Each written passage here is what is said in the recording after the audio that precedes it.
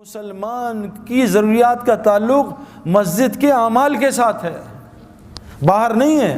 مسجد کے اعمال، باہر کی محنت سے بستر آئے گا، نیند نہیں آئے گی۔ یہ اس کے ہمارے ہے اپنا رضا، اس کے چچا جو ہیں وہ میرے اور جنید مرحوم کے ساتھ بستر لے کے آئے رائیوڈ میں، 6 گدے لے کے آئے تھے۔ میں کہا نکالیں یہ گدے، 8-10 خادم۔ میں کہا جنید اور میں آپ کے خادم۔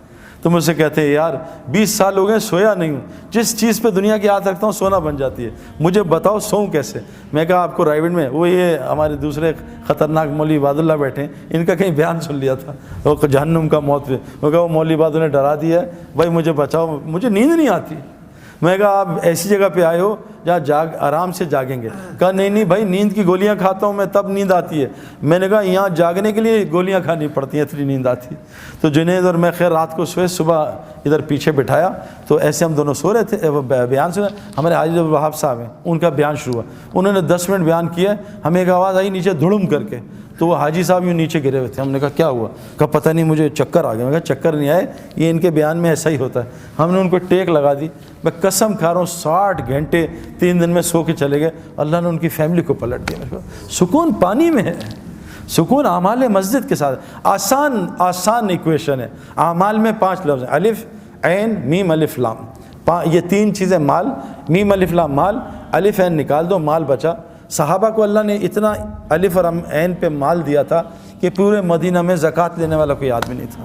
آج ہم طواف کرتے ہیں، اللہ معاف کرے کہنا نہیں چاہیے، ہم جیبیں بچاتے ہیں کوئی چوری نہ کر لے۔ کتنی چوریاں طواف میں ہوتی ہیں میرے پیاروں، باہر کیا ہو رہا ہوگا نا۔ یہ تو مقدس ترین جگہ ہے۔ میں نے مقدس ترین جگہ پہ 3 لڑکوں کو پاکستانیوں کو فلم دیکھتے ہوئے دیکھا، فلم۔ میں نے کہا شرم کرو، اللہ کے گھر میں فلم دیکھ رہا ہوں نا۔ میرے پیارے دوستو، یہ مال مجھے بھی چاہیے۔ اللہ نے الحمدللہ مجھے ہر لائن کا ہر چیز دی ہے میرے پیاروں۔ میں نے آج تک تبلیغ کے کام میں کسی کو غریب ہوتے نہیں دیکھا انلیس کہ اس نے خود نہ چاہو۔ جس صحابی نے ایک گھر چھوڑا اللہ نے اس کو لاکھوں پراپرٹیاں دیں۔ عبد الرحمن بن عوف رضی اللہ عنہ مکہ چھوڑا، اللہ نے ان کو کتنا کچھ دیا میرے پیاروں۔ دنیا چھوڑنے پہ اللہ نے ان کو اسلام کا امیر ترین آدمی بنا دیا۔ مال کوئی مسئلہ نہیں ہے، الف عین کو ٹھیک کر لیں، الف اللہ کے ساتھ اپنے تعلق کو ٹھیک کر لیں۔ حدیث میں آتا ہے جو اللہ سے اپنے معاملوں کو ٹھیک کرتا ہے تمام مخلوق سے اللہ اس کے معاملوں کو ٹھیک کر دیتا ہے۔ ہمارا معاملہ اللہ سے ٹھیک نہیں ہے۔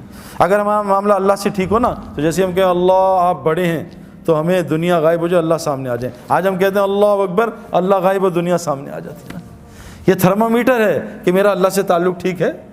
یہاں کوئی DIG SHO SP بلا لے اور ہم ادھر ادھر دیکھیں تو وہ کیا کرے گا؟ آج ہمارا اللہ سے تعلق ٹھیک نہیں ہے، اس لیے تو نماز سے کام ہی نہیں بن رہے۔ اللہ تو ایمان والوں کے دوست ہوتے ہیں، آج ہماری اللہ سے کیا دوستی ہے؟ کچھ بھی اللہ سے نہیں کرا سکتے، مخلوق سے مانگتے ہیں جا کے۔ حضور فرمایا ابن عباس جب بھی سوال کرنا صرف اللہ سے کرنا۔ آج ہم ساری دنیا سے سوال کر رہے ہیں، اللہ سے نہیں، کیوں؟ اللہ سے لینا نہیں آتا۔ حضور صلی اللہ علیہ وسلم فرمایا جو مخلوق سے مانگے گا اللہ اس کو بڑا فقیر بنائے گا، اور قسم کھائیے جو صدقہ کرے گا اللہ اس کا مال بڑھائے گا۔ اللہ سے تعلق ٹھیک کر لیں میرے پیاروں، اللہ وہ دنیا بنائے گا آخرت ہم سوچ بھی نہیں سکتے۔ اللہ سے تعلق رہیں گے جو آج اس ماحول میں، اس میں اللہ سے تعلق تھوڑی ٹھیک ہوگا۔ یہاں نماز پڑھی، وہاں 4 لڑکیاں دیکھی، گیا سارا تعلق۔ مسئلہ ہے میرے پیاروں۔